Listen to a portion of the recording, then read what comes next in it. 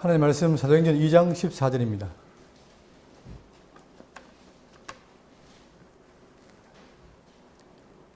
베드로가 11 사도와 함께 서서 소리를 높여 이르되 유대인들과 예루살렘에 사는 모든 사람들아 이 일을 너희로 알게 할 것이니 내 말에 귀를 기울이라. 때가 제3시니 너희 생각과 같이 이 사람들이 취한 것이 아니라 이는 곧 선지자 요엘을 통하여 말씀하신 것이니 일렀으되 하나님이 말씀하시기를 말세에 내가 내 영을 모든 육체에게 부어주리니 너희의 자녀들은 예언할 것이요 너희의 젊은이들은 환상을 보고 너희의 늙은이들은 꿈을 꾸리라. 그때에 내가 내 영을 내 남종과 여종들에게 부어주리니 그들이 예언할 것이요 또 내가 위로 하늘에서는 기사를 아래로 땅에서는 징조를 베풀리니 곧 피와 불과 연기로다.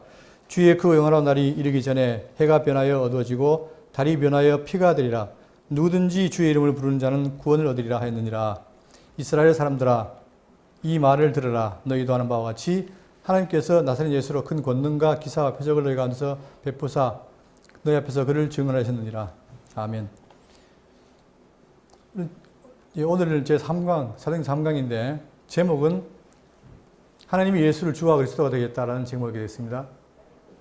오늘 지난 시간에 예수님께서 승천하시기 전에 약속하신 성령, 몇 날이 못 되어 성령을 받으려고 했으니 그 약속대로 그들이 오순절 날 성령을 받게 되죠. 성령을 받게 되니까 그 성령이 오신 증거로 많은 사람들이 방언을 하기 시작했습니다. 그때 오순절이라 많은 유대인들이 각처로부터 모였는데 그들이 각 나라에 와서 왔기 때문에 언어가 다른데 바로 제자들이 성령을 받고 방언하는 으로 인해서 그들의 나라의 말을 듣고 들었습니다. 그래서 그들이 그 방언을 통해서 하나님의 큰일을 듣는다라고 했죠.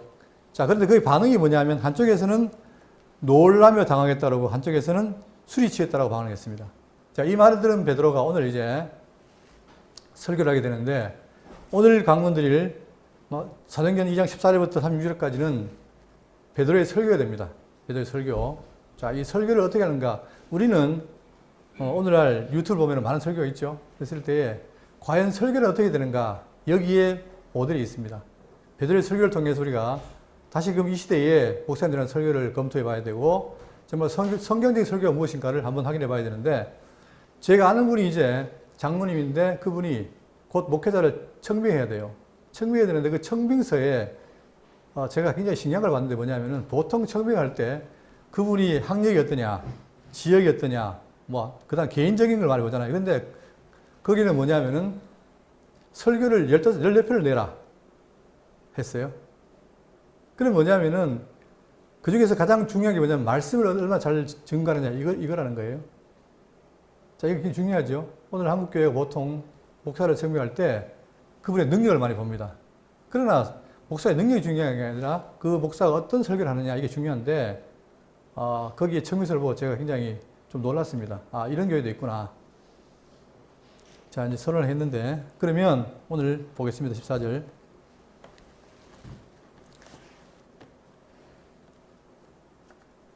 베드로가 11 사도와 함께 서서 소리를 높여 이르되 유대인들과 예루살렘에 사는 모든 사람들아 이 일을 너희로 알게 할 것이니 내 말에 귀를 기울이라. 자, 지금 일어난 일이죠. 방언을 하고 이 일을 지금 알게 하겠다는 거예요.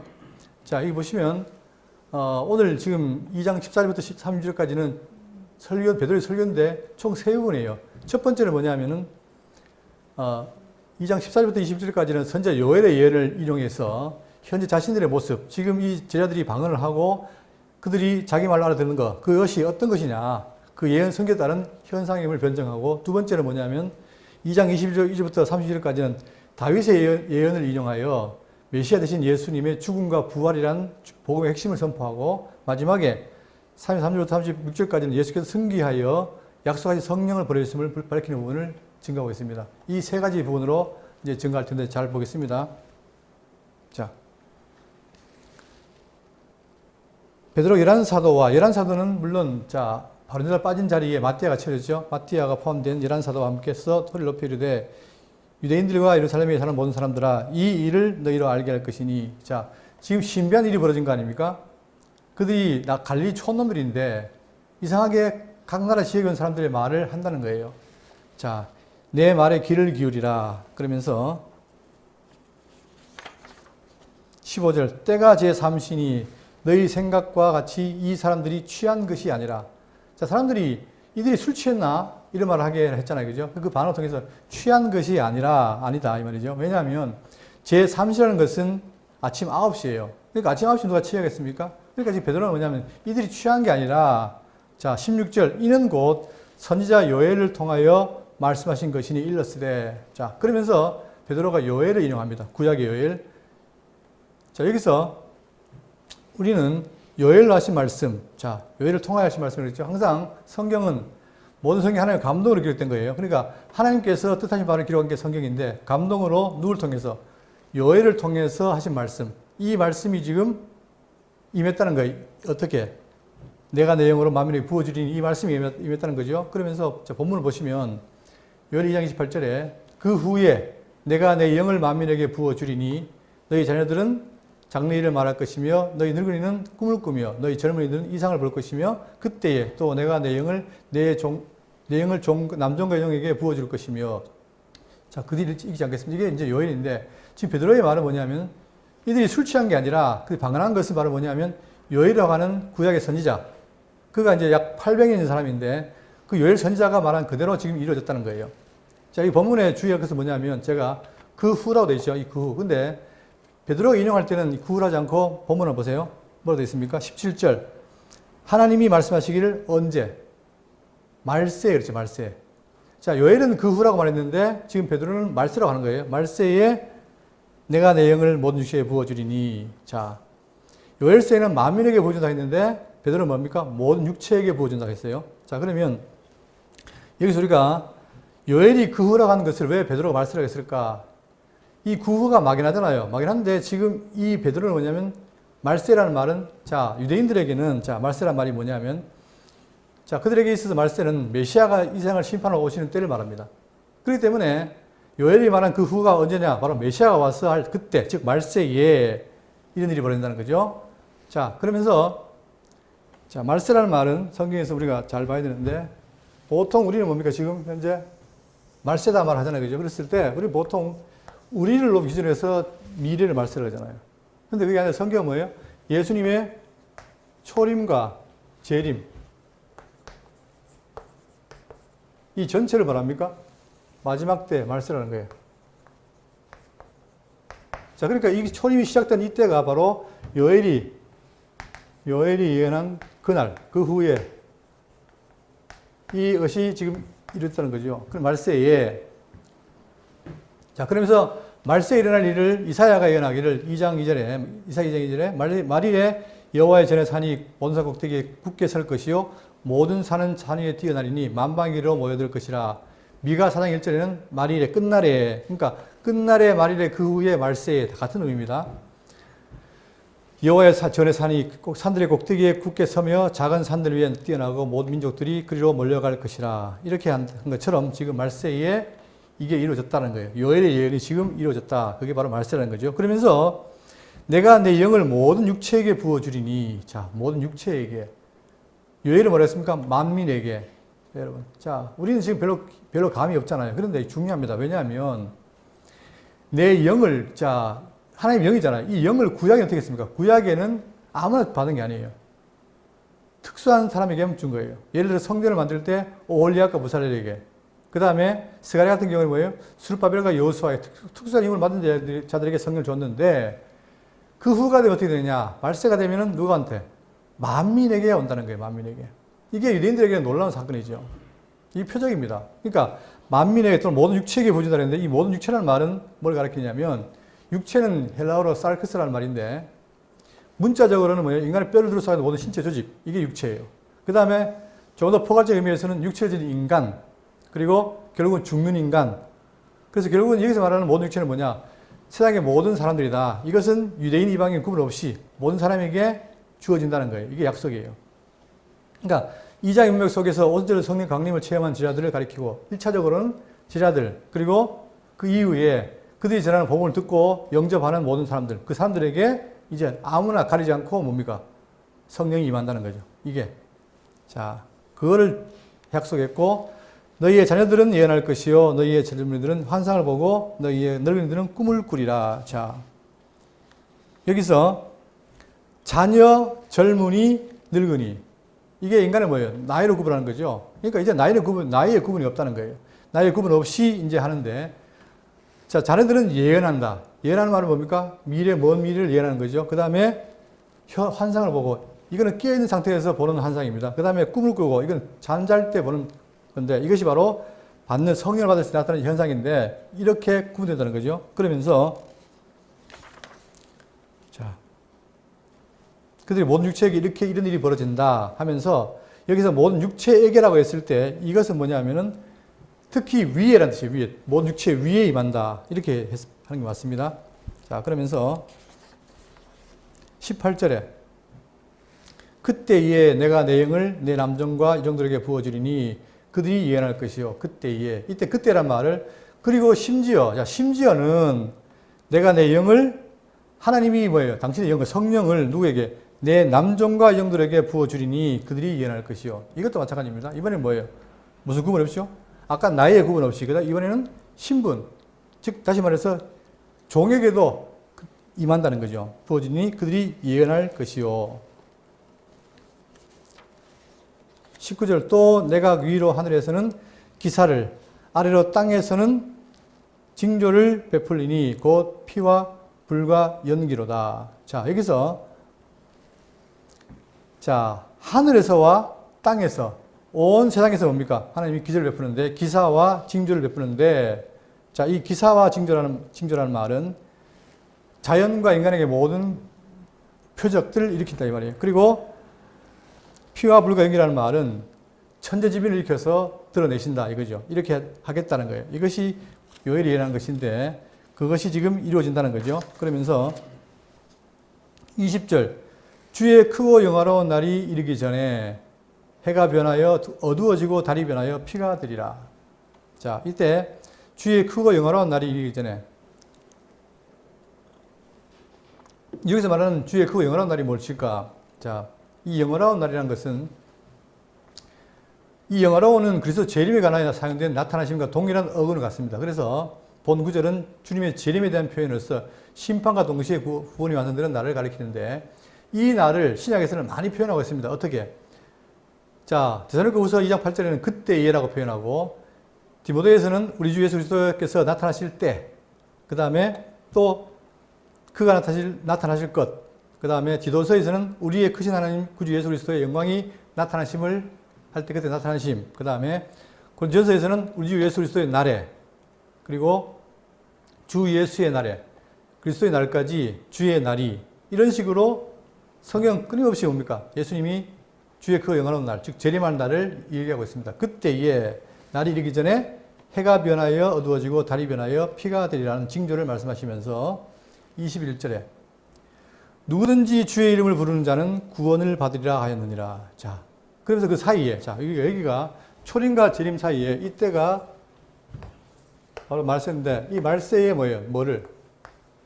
주의 이름을 부르는 자. 자, 그럼 주의 이름을 부르는 자가 누구냐? 이 부분을 이제 이해하기 위해서 이걸 좀 구체적으로 설명한 데가 뭐냐면 로마서인데, 10장 13절입니다. 누구든지 주의 이름을 부르는 자는 구원을 받으리라. 똑같지요? 자, 누구든지 주의 이름을 부르는 자는 구원을 받으리라. 그러니까 예수님하고 부르는 게 그게 중요한 게 아니라, 그게 어떤 의미인가 보시면, 그런즉 그들이 믿지 아니하는 일을 어찌 부르리요. 자, 주의 이름을 부르는 자의 조건이 뭡니까? 먼저 어떻게 돼요? 여기 말씀에 의하면 믿어야죠. 믿지 않으면 부를 수 없다는 거예요. 그러니까 믿지 않은 자들이 어찌 부르리요. 듣지도 못한 이가 어찌 믿으리요. 전파하는 자가 없이 어찌 들으리요. 보내심을 받지 아니하였으면 어찌 전파하리요. 전파, 들음, 믿음, 그 다음에 부름. 이게 다 같은 맥락인 거예요. 중요한 건 뭐냐면, 주의 이름을 부른다는 말은 뭐냐면 그 속에 밑바탕에 뭐가 있다는 거예요? 믿음이 있다는 거예요. 그러니까 예수 그리스도를 인격적으로 만나고 그분이 누군지 알고 그분이 믿어지니까 믿는 사람이 바로 뭐다? 주의 이름을 부르고 그들에게는 뭐가 있는 거예요? 구원이 있는 거죠. 그러니까 기독교는 믿음의 종교죠. 철저하게. 그래서 지금 이 내용도 과연 누구냐? 이것은 바로 믿음 있는 자라는 것을 알고 있습니다. 그러면서 기록된 바 아름답도다 좋은 소식을 전하는 자들의 발이여 함과 같으니라. 그러나 그들이 다 복음을 순종하지 아니하였도다. 이사야가 이르되 주여 우리가 전한 것을 누가 믿었나이까 하였으니, 전한다고 다 믿는 게 아니에요. 이사야 때는 안 믿었다는 얘기죠. 그러나 그러므로 믿음은 들음에서 나며 들음은 그리스도의 말씀으로 말미암았느니라. 그러니까 지금 베드로가 설교하는 것도 뭡니까? 구약의 말씀을 들어서 설명하잖아요. 그랬을 때 그 말씀을 들었을 때 믿음의 출처가 뭐냐? 들음이에요, 들음. 들어야 돼요. 말씀을 들으니까 그것도 누구의 말씀?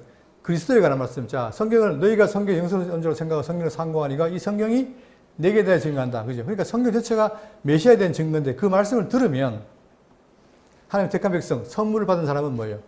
믿어진다는 거죠. 그러니까 믿음은 들음에서 나며 들음은 그리스도의 말씀으로 말미암느니라. 왜 대우 장로교 성도들이 매주마다 말씀을 듣고 배우느냐? 그걸 믿음을 믿고 믿음을 키우기 위한 거예요. 다른 방법이 없습니다. 옛날에 저는 뭣도 모르고 열심히 기도하면 믿음이 커지는 줄 알고 열심히 기도했는데 안 되더라고요. 그러니까 기도한다고 커지는 게 아니에요. 오히려 나의 신념은 더 굳어질지 모르지만 믿음은 커질 수가 없죠. 왜? 믿음이라는 게 예수 그리스도에 대한 증거를 듣는 것이 믿음으로 드러나는데 예수를 모르고 어떻게 믿음이 생기겠습니까? 그래서 21절 누구든지 주의 이름을 부르는 자는 구원을 받으리라 하였느니라 하면서 베드로는 첫 번째 설교를 마무리 짓는데 결국은 지금 이 요엘서 사건이 뭡니까? 이것이 내 영을 부어준다. 누가? 하나님이. 그 사건으로 말미암아 진행되는 것이라는 사실을 말하면서 이들이 방언하는 것은 그냥 새소리 취한 것이 아니라 구약에 예언된 대로 된 것이다 라는 것을 지금 베드로가 증거했습니다. 그러면서 22절 이스라엘 사람들아 이 말을 들으라. 너희도 아는 바와 같이 하나님께서 나사렛 예수로 큰 권능과 기사와 표적을 너희 가운데서 베푸사 너희 앞에서 그를 증언하셨느니라. 지금 거기 모여있는 자들 이스라엘 사람들아 하면서 이 말을 들어라. 계속 반복하지요. 뭐를? 이 말을 들어라. 이렇게 된 걸 들어라 이 말이에요. 그러면서 너희도 아는 바와 같이 하나님께서 나사렛 예수로 우리가 지금 마태복음 배웠지만 마태복음이 누구에 대한 얘기입니까? 나사렛 예수에 대한 얘기 아닙니까? 그죠? 근데 그 나사렛 예수라는 말은 앞에 나사렛 말이 붙으면 아주 낮고 천하고 보잘것없는 그런 인간적으로 아주 보잘것없는 그런 사람을 가리키는 나사렛인데 평가절한 거죠. 나사렛 예수로 그런데 그 사람들이 아주 천하게 보던 그 예수로 하여금 어떻게 했느냐? 큰 권능과 기사와 표적을 여러분 우리가 마태복음을 배웠을 때 천국 복음을 증거할 때 어떻게 됩니까? 모든 표적을 행하고 말씀 증거하잖아요. 그런 것처럼 하나님께서 그 나사렛 예수에게 권능과 기사와 표적을 행하겠다는 거예요. 그래서 그 앞에서 너희 앞에서 그를 증언했다. 그러니까 하나님께서 예수로 하여금 증언하는 이유가 뭐냐면 구약에 예언된 메시아가 누구다? 바로 나라는 사실, 예수라는 사실을 알게 하기 위해서 그들에게 뭡니까? 큰 기사와 권능과 표적을 행하겠다는 거죠. 그러니까 사람들은 그걸 보고 이가 바로 구약에 연약한 메시아가 오늘 알게 된 것처럼 그렇게 증거한 겁니다. 그러면서 23절 그가 하나님께서 정하신 뜻과 미리 하신 대로 내어준 바 되었거늘 그러면서 예수님이 지금 죽게 된 것, 십자가를 지게 된 것이 바로 뭐냐면 하나님께서 정하신 뜻, 이게 예정이죠. 미리 창세전에 예정한 대로 그리고 미리 아신 대로 하나님께서 미리 그걸 예정하신 걸 다 아신단 말입니다. 그대로 내어준 바 되었거늘 너희가 법 없는 자들의 손을 빌려 못 박아 죽였으나 법 없는 자가 누구죠? 바로 로마 병사 아닙니까? 로마 군인들. 하나님께서 뜻대로 그러니까 우연히 죽은 게 아니라 막연히 죽은 게 아니라 예수가 죽게 된 것도 뭡니까? 하나님의 계획 아래 즉 다 아시는 그 뜻 아래 이루어졌다는 거죠. 그래서 빌려 죽였으나 못 박아 죽였으나 하나님께서 그를 사망 고통에서 풀어 살리셨으니 이는 그가 사망에 매여 있을 수 없었음이라. 하나님께서 그가 죽은 그 가운데서 살렸다는 거예요. 왜냐?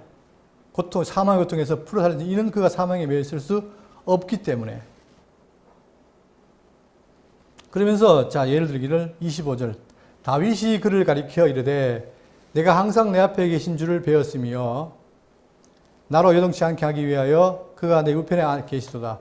그러므로 내 마음이 기뻐하였고 내 혀도 즐거워했으며 육체도 희망에 거하리니 이는 내 영혼을 음부에 버리지 아니하시며 주의 거룩한 자로 썩음을 당치 않게 하실 것이미로다. 주께서 생명의 길을 내게 보이셨으니 주 앞에서 내게 기쁨이 충만하게 하시리로다 하였으므로. 이게 바로 뭐냐면 지금 베드로는 두 번째로 뭘 증거하냐면 예수님 이 하나님 아들이신데 메시아인데 그분은 어떻게 사망에 매일 수 없다. 다시 말하면 사망에서 부활하신 분이라는 사실을 증거하는데 그 증거를 하기 위해서 뭐를 인용하냐면 시편 16편을 인용합니다. 자, 시편 16편 8편입니다. 내가 여호와를 항상 내 앞에 모심이여 그가 나의 오른쪽에 계심으로 내가 흔들리지 아니하리로다. 이러므로 나의 마음이 기쁘고 나의 영도 즐거워하며 내 육체도 안전히 살리니 이는 주께서 내 영혼을 수월에 버리지 아니하시며 주의 거룩한 자를 멸망시키지 않으실 것임이니이다. 주께서 생명의 길을 내게 보이시리니 주의 앞에는 충만한 기쁨이 있고 주의 오른쪽에는 영원한 즐거움이 있나이다. 여러분 이 내용이 지금 누가 한 얘기입니까? 다윗이 한 노래예요. 그죠? 그러면 여러분 보시기에 10절에 이는 주께서 내 영혼을 내 영혼이 누굴까요? 이게 누구 영혼일까요? 예? 이 시편에서는 누구 노래라고요 지금? 다윗이 한 말이니까 다윗이 뭐예요? 다윗이 영혼이잖아요. 내 영혼을. 그러면 내 영혼을 수월에 버리지 아니하시며 주의 거룩한 자를 멸망시키지 않을 것임이니이다 했단 말이에요. 그럼 이 말은 무슨 말이에요? 사망해서 이겨서 망했다. 부활시켰다 이 말 아니죠. 이렇게 했어요. 그러니까 지금 시편에 그렇게 말했는데 잘 보세요. 이게 지금 이렇게 말했는데 본문을 가보세요. 본문 25절 다윗이 누구를 가리켜? 그를 가리켜. 자, 이게 지금 우리가 포인트를 맞춰야 돼요. 지금 분명히 시편에 보면은 마치 다윗이 자기에 대한 얘기를 노래한 것 같았는데 이것이 바로 뭐다? 이 16편은 바로 메시아에 대한 예언시입니다. 그러니까 이렇게 노래한 이 시를 누가? 베드로가 와서 뭐라고 합니까? 이것이 바로 다윗이 하는 말하는 것이 아니라 누구? 메시아에 대한 증거라고 가져오는 거예요. 그러면서 다윗이 그를 가리켜 이르되 자, 우리가 성경은 뭐예요? 누구에 대한 얘기입니까? 내게 대한 얘기다. 즉 모든 구약의 내용이 메시아에 대한 얘기이기 때문에 지금 그걸 충실히 따르면서 베드로는 이 내용이 누구다? 그를 가리킨 거다. 이 그가 누굽니까? 이 그가 메시아라는 거예요. 메시아를 가리켜 이르되 그러니까 지금 시편 자체는 다윗에게 하는 말처럼 보이지만 실제로는 뭐라는 거예요? 그것이 장차 오실 메시아에 대한 예언이라는 거예요. 그러면서 본문을 갑니다. 내가 항상 내 앞에 계신 주를 배웠으며 자 이러면서 다윗은 뭐예요? 자기가 왕인데 자기 뒤에 올 자 메시아가 누구라는 거예요? 자기 주라는 거예요. 내 앞에 있는 주를 배웠으며 나로 요동치 않게 하기 위하여 그가 내 우편에 계시도다. 그러므로 내 마음이 기뻐하였고 내 혀도 즐거워하였으며 육체도 희망에 가리니 이는 내 영혼이 음부에 버리지 아니하시고 주의 거룩한 자로 썩음을 당하지 않게 하실 것이미로다. 여기 뭐가 나옵니까 또? 주의 거룩한 자로 나오죠. 지금 이게 시편의 내용을 삽입한 거예요. 자, 그러면서 주께서 생명의 길을 내게 보이셨으니 주 앞에서 내게 기쁨이 충만하게 하시리로다 하였으므로 자, 그러면 여러분 보세요. 지금 이게 뭐를 염두에 두냐면 다윗이 지금 한 시예요. 다윗이 지금 얘기했고 다윗이 누구를 바라봐요? 항상 메시아를 바라보는데 이 메시아를 뭐라고 표현합니까? 주라고 표현하잖아. 내 주에게. 그리고 베드로는 주의 거룩한 자라고 표현한단 말입니다. 자, 그러면 왜 이렇게 해석하느냐? 이게 예수님도 이렇게 했어요. 뭐 어떻게 해석했냐면은 우리가 배운 지 얼마 안 됩니다. 보세요. 마태복음 20장 41절에 바리새인들이 모였을 때 예수께서 그들에게 물으시되 너희는 그리스도에 대하여 어떻게 생각하느냐? 즉 메시아에 대해 어떻게 생각하느냐? 누구의 자손이냐? 대답하여 하되 다윗의 자손이다. 당연히 보세요. 다윗이 뭡니까? 조상이고 예수님이 후손이잖아요. 그럼 누가 높아요? 당연히 다윗이 조상이 높을 거 아니에요. 그런데 뭐라고 했냐면 이르시되 그러면 다윗이 성령에 감동되어 어찌 그리스도를 주라 칭하여 말하되 아니 자기 후손인데 어떻게 후손을 향해서 주라 하겠느냐 하면서 주께서 내 주께 이르시되 내가 내 원수를 내 발 아래 둘 때까지 내 옆편에 앉아 있으라 하셨도다 하였느냐 다윗이 그리스도를 주라 칭하였은즉 어찌 그의 자손이 되겠느냐. 분명히 사람들은 뭐예요? 사람들은 이 메시아 그리스도가 누구의 자손이에요? 다윗 자손인데 예수님 말씀은 뭡니까? 그가 준데 어떻게 자손이 되겠느냐 이렇게 말하는 거예요. 이것이 바로 구약에 대한 바른 해석인 거죠. 그러면서 지금 이걸 말하는 건 뭐냐면 지금 이 그리스도와 다윗의 관계를 설명하고 있습니다. 그리스도가 바로 다윗의 주라는 거죠. 자, 그러면서 자 29절에 핵심이 나와요. 형제들아 내가 주상 다윗에 대하여 담대히 말할 수 있노니 다윗이 죽어 장사되어 그 묘가 오늘까지 우리 중에 있도다. 자, 갑자기 지금 베드로가 다윗의 묘를 얘기하는 거예요. 여러분 여기 보세요. 이 그림이 실제로 지금 예루살렘에 있는 다윗의 묘예요. 이게 다윗의 묘고 요 지도에 요 지역에 있다는 거예요. 그러면 이 말을 왜 할까요? 이 말을 왜 하냐면, 만약에 지금 10편에 나오는 이 16편에 나오는 이 예언이 다윗에 대한 예언이었다면, 다윗이 어떻게 돼요? 죽어야 돼요, 안 죽어야 돼요?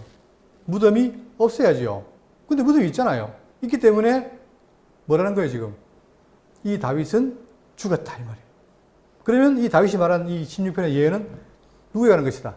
바로 메시아에 대한 예언인데, 그 메시아 예수께서 어떻게 했다? 자, 지금 약속대로 부활했다는 사실을 증거하는 거죠. 그죠? 그러니까 부활한 것은 다윗이 아니라 누구다? 다윗이 말하는 주였던 그리스도, 그분이 부활했다는 사실을 지금 증거하고 있는 거예요. 자, 30절. 그는 선지자라. 그가 누구죠? 다윗입니다. 다윗 선지자라. 하나님이 이미 맹세하사 그 자손 중에서 한 사람을 그 위에 앉게 하리라 하심을 알고. 자, 우리 이 말씀을 이해하기 위해서 사무엘하를 봐야 되는데, 사무엘하 7장 12절에 보시면, 내 수완이 차서 내 조상들과 함께 누울 때에 내가 내 몸에서 날 내 씨를 내 뒤에 세워 그의 나라를 견고하게 하리라. 여러분, 여기서 내 씨가 누굴까요? 이게 사무엘이에요. 이 씨가 누굴까요? 잘 보셔야 돼요, 지금. 아까 10편은, 16편은 잘 읽어보면 마치 다윗이 부활한다는 것처럼 얘기를 했고, 지금 이 사무엘에 나오는 거, 이 내 씨. 자, 내 씨를 내 뒤에 세워 할 때 이 내 씨는 누굴까요? 직접적으로. 긴장하지 마시고. 다윗의 아들? 왕 누굽니까? 솔로몬 아니에요, 솔로몬. 솔로몬이 지금 현상적으로 솔로몬을 가리킨 것 같아요.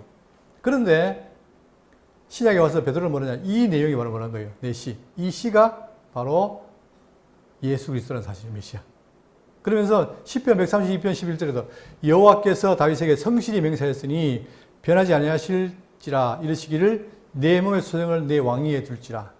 물론 그 뒤에 나온 솔로몬이 있고 아들이 있지만 궁극적으로 모든 씨들을 가리키는 게 아니라 내 씨, 내 자손 하나를 가리키는데 그것이 바로 예수 그리스도는 사실인 거죠. 그걸 지금 증거하는 거예요. 그러니까 지금 여기서 베드로가 말하고자 하는 바로 핵심 뭐냐면은 바로 이 예수님이 메시아인데 그리스도인데 다윗 후손으로서 그의 씨로 왔고 또한 그분이 이 땅에 부활한 것은 구약에 있는 시편대로 이루어진 것이라는 사실을 증거하고 있는 것입니다.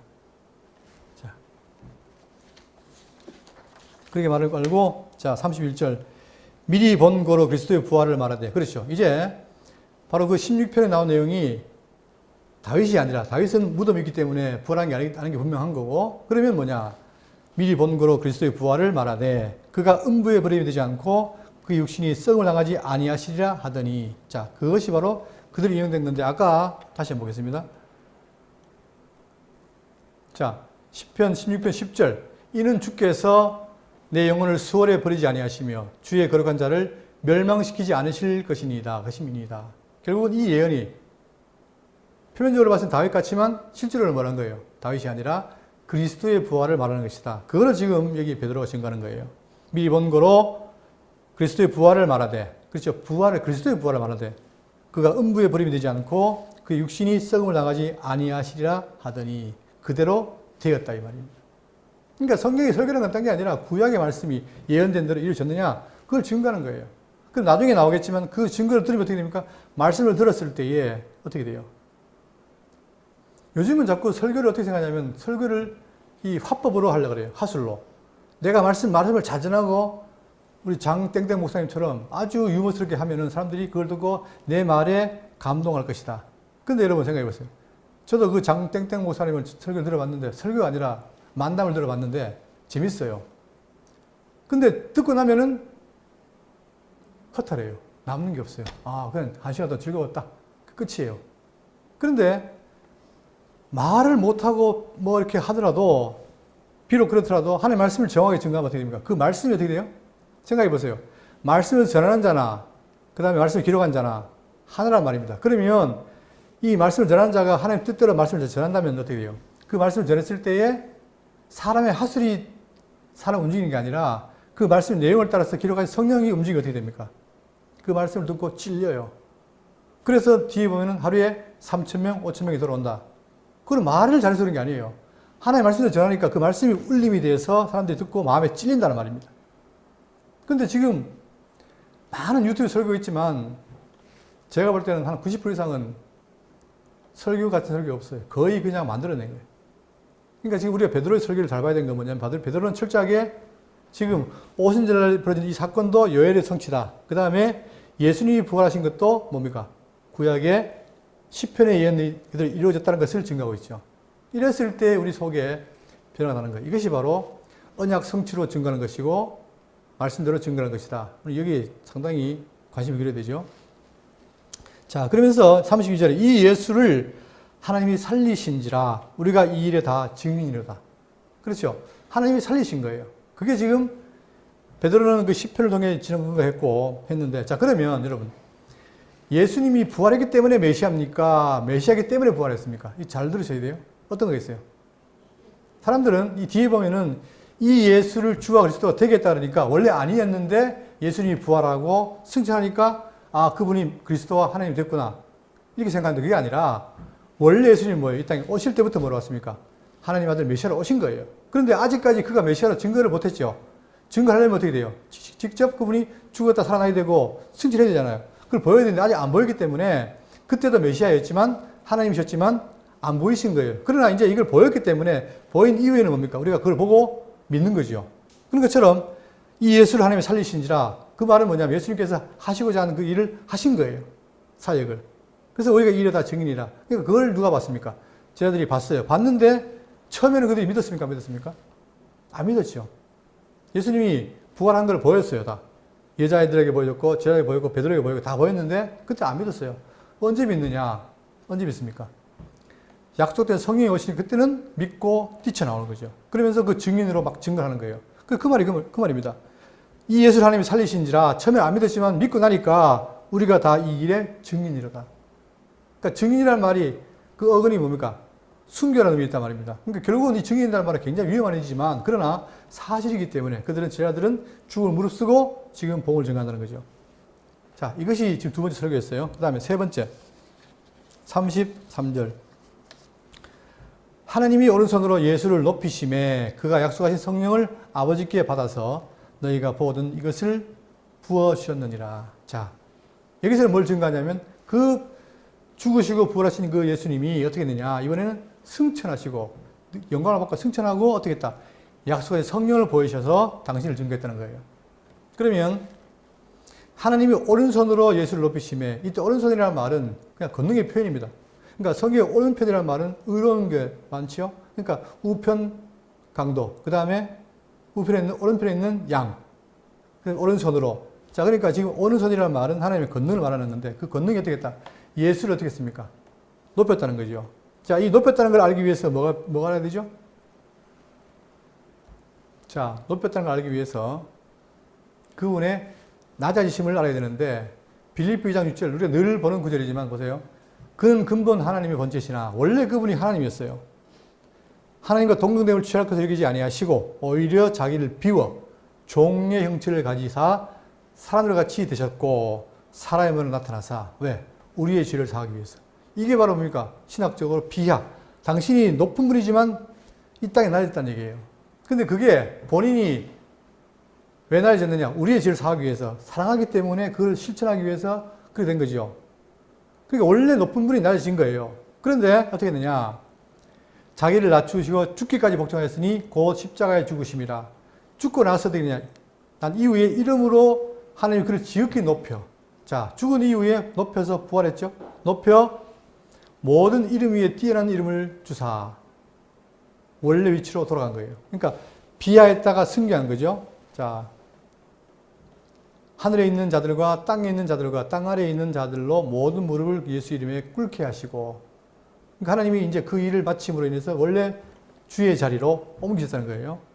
모든 입으로 예수 그리스도를 주라 시인하여 하나님 아버지께 영광을 돌리게 하셨느니라.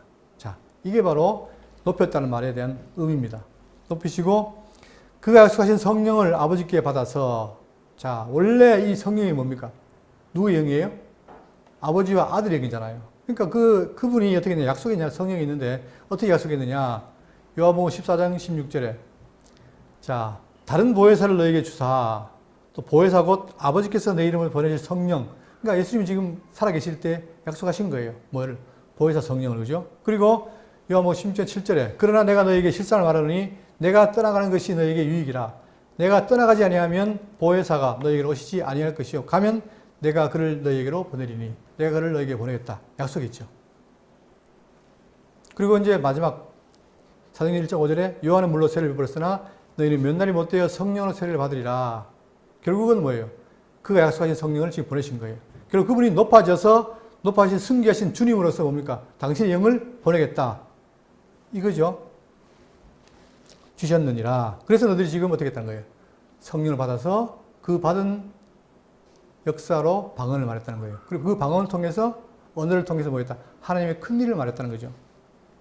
자, 그러면서 또 다윗과 비교하는데 34절에 다윗은 하늘에 올라가지 못하였으나 친히 말하여 이르되 주께서 내 주에게 말씀하시기를. 자, 이건 시편 110편을 인용한 겁니다. 뭐라고 했냐면 다윗은 하늘에 올라가지 못하였으나. 자, 지금 여기 있는 다윗과 그리스도를 비교하는 거예요. 자, 이 다윗이 그리스도를 주라 했고 이 다윗은 부활하지 못했다. 부활을 못해서 그의 무덤이 있다 그랬죠. 무덤이 있고 그 다음에 다윗이 또 뭘 못했다는 거예요?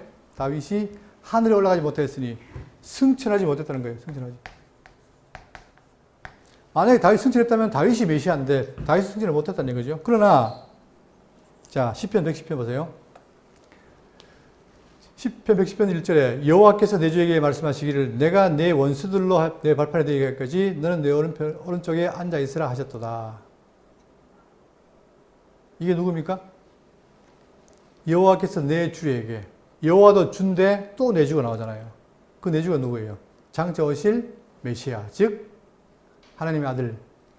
그러니까 다윗은 그걸 본 거예요. 이렇게 주에게 말씀하시기를 내가 내 원수들로 내 발판이 되게 하기까지 너는 내 오른편에 앉아 있으라 하셨도다.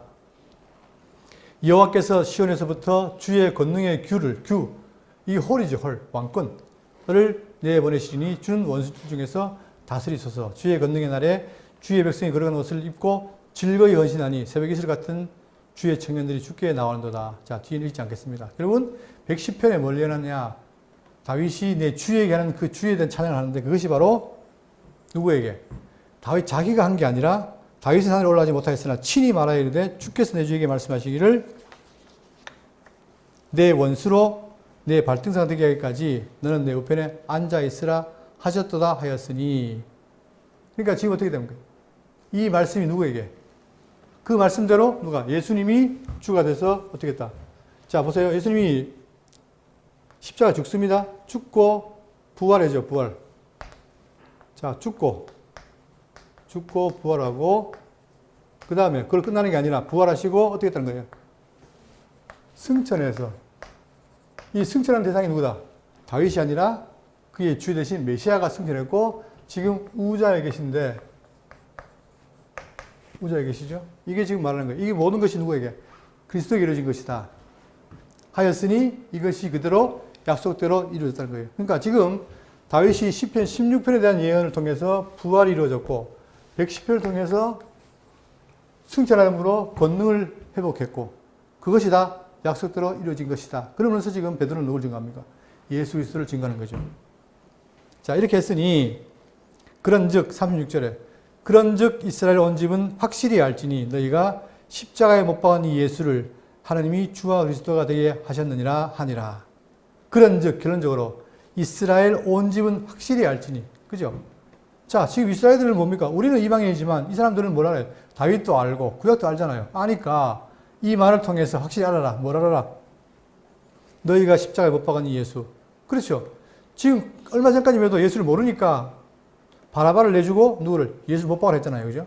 그랬던 일인데 그들에게 알아라. 뭘 알아? 이 예수를 오늘 설교 제목입니다. 이 예수를 하나님이 즉 성부 하나님이 어떻게 했다? 주와 그리스도가 되게 하셨느니라. 여러분 여기서 주라는 말이 히브리어로는 아도나이란 말이에요. 아도나이. 주. 그리고 헬라어로는 큐리어스. 같은 말입니다. 헬라어로는. 그러니까 이 주님, 즉 하나님에게 붙이는 말이에요. 아도나이가. 근데 이 예수님이 뭐라는 거예요? 주와 그리스도가 되게 하셨느니라. 아까 얘기했죠. 이 말씀을 오해하지 말아야 된다는 거. 원래 아니었는데 되게 한 게 아니라 원래 그분이 하나님이고 메시아였는데 드디어 뭐예요? 직접 그분이 와서 죽으시고 부활하시고 승천한 이게 뭡니까 이게? 이게 전부 다가 이거를 뭐라 합니까? 그리스도의 사역, 일. 그러니까 예수는 왜 왔어요? 아버지가 약속하신 그 아버지의 뜻을 말하러 왔다. 뜻을 이루러 왔죠. 그러니까 다 이루니까 이제 뭐예요? 그분이 주와 그리스도로 드러난 거예요. 원래 있던 신물이 드러난 거예요. 그래 드러나야 뭡니까? 우리가 알지요. 자, 안 해도 되지만 그분이 왜 보였느냐? 여러분과 제가 믿게 하기 위해서는 거예요. 그래 믿죠. 자, 그래서 지금 베드로 설교를 뭐냐면 이걸 통해서 그분이 주와 그리스도다. 그러면 자, 이 내용은 여러분 우리가 마태복음 배웠지만 마태복음 16장 16절인가 거기 보면 자, 똑같아요. 지금 이거는 베드로가 성령 받기 전에 했던 고백하고 사도행전에 와서 성령 받은 이후에 고백하고 같습니다. 그런데 그때도 뭐예요? 그때도 베드로 그냥 고백한 게 아니라 바요나 시몬아 너희 알게 한 것은 누구다? 성령이죠. 그때는 임시로 역사한 거예요. 그러니까 베드로 그때 고백한 게 뭐냐면은 주는 그리스도시요 살아계신 하나님의 아들이십니다. 자, 이때 주라는 말이 제가 지난번 이 정말 중요한 고백입니다. 제가 설명드렸잖아요. 이때 주라는 말은 이 주라는 말은 그냥 당신이라는 말이에요. 당신. you. 사람, 인성. 당신은 the Christ. 자, 그리스도입니다. 이 그리스도란 말은 양성이에요. 그러니까 신성도 있고 인성도 있어요. 그러니까 그분이 인성을 입고 왔다는 거죠. 그래야만 우리의 죄를 사하니까. 그리고 the Son of the Living God. 하나님의 아들입니다. 하나님의 아들이니까 곧 누구라는 거예요? 그분이 아도나이. 하나님이라는 거예요. 이게 기독교의 핵심 고백인데 이것이 베드로가 옛날에 온전성에 받기 전에 성령을 통해 고백한 고백인데 그 고백 그대로 어떻게 돼요? 확인을 하고 지금 차이는 뭐냐? 마태복음의 고백은 그냥 계시로 한 것이고 사도행전의 지금 설교는 직접 예수님 사건을 자기가 직접 보고서 하는 거고 그러니까 결국은 뭐냐? 달라진 게 아니라 이 고백을 그대로 지금 하고 있잖아요. 그죠? 똑같은 거예요, 여러분. 그러니까 다시 한번 보시면 그런즉 이스라엘 온 집은 확실히 알지니 너희가 십자가에 못 박은 이 예수를 하나님이 주와 그리스도가 되게 하셨느니라. 그래서 여러분 우리가 뭐예요? 예수를 참 하나님이요 우리의 메시아로 믿고 산다는 겁니다. 이 너무나 중요하잖아요. 그러면 지금 베드로가 뭡니까? 지금 베드로가 어떤 쇼를 했습니까? 아니면 아주 감동적인 말을 했습니까? 물론 뭐 말을 잘했겠죠. 그런데 베드로가 이 말 하니까 어떻게 했어요? 그 뒤에 한번 보세요. 다음 주에 할 거 미리 합니다. 한번 보세요. 어떻게 했죠? 그들이 이 말을 듣고 어떻게 했다? 마음에 찔려. 물론 그들이 예수를 십자가 못 박기 때문에 정말 마음에 찔렸겠죠. 그러나 더 중요한 건 뭐냐? 이게 바로 성령의 역사인 거예요. 여러분. 성령께서는 뭐예요? 우리에게 뭘 통해서? 철저하게 말씀을 통해서 배웠던 걸 기억나게 하시고 기억난 것을 깨닫게 하시는 거예요. 그렇기 때문에 우리가 정말 말씀을 들으면 그 생명의 말씀을 듣게 되면 우리는 다 거기에 반응하게 돼 있어요. 문제는 그것이 말씀이 아니기 때문에 그런 거지. 그러니까 제가 늘 말씀드리지만 오늘 목사님들이 그래요. 종교인 되지 말고 신앙인 되라. 그러면서 종교인 만들어요. 왜? 그냥 신앙이 되게 하려면 어떻게 해요? 믿음은 어떻게 한다? 뭐라고 생각합니까? 믿음은 들음에서. 들음은 예수의 말씀이잖아요. 근데 말씀을 안 가르치고 날마다 물론 말씀이라 가르친다 하지요. 근데 그 말씀을 가르친다는 것이 내용을 가르치는 게 아니라 그냥 말씀을 읽고 어떻게 해요? 여러분 이렇게 살아야 됩니다. 저렇게 살아야 됩니다. 다 뭐 합니까? 모든 설교가 다 뭐예요? 적용. 그러니까 적용을 하니까 어떻게 살아야 되겠다라고 하는 거기만 관심이 있지 진리가 뭔지에 대한 관심이 없는 거예요. 여러분. 알 수도 없고. 근데 진리가 만만치는 않거든요. 그렇기 때문에 제가 비판 안 하겠습니다. 비판하는 게 아니라 그러면 결국 뭐예요? 제가 속으로 그럼 종교인 안 되는 게 어떻게 무엇입니까? 묻고 싶어요. 우리는 종교인 돼서 안 됩니다. 신앙이 돼야 돼요. 하나하나 깨닫고 믿어야 돼요. 그죠? 그러니까 오늘도 이 내용을 통해서 정말 예수가 메시아고 주님이시구나, 하나님이시구나 하는 걸 깨닫잖아요. 이게 중요하죠. 그래서 앞으로 사도행전 계속 공부하겠지만 여러분 우리가 이 말씀을 통해서 정말 예수가 하나님 아들이요 그리스도는 사실을 잊지 마시고 지금도 고백하지만 앞으로 계속해서 그 고백을 하고 사신 여러분 되시기를 간절히 바라겠습니다.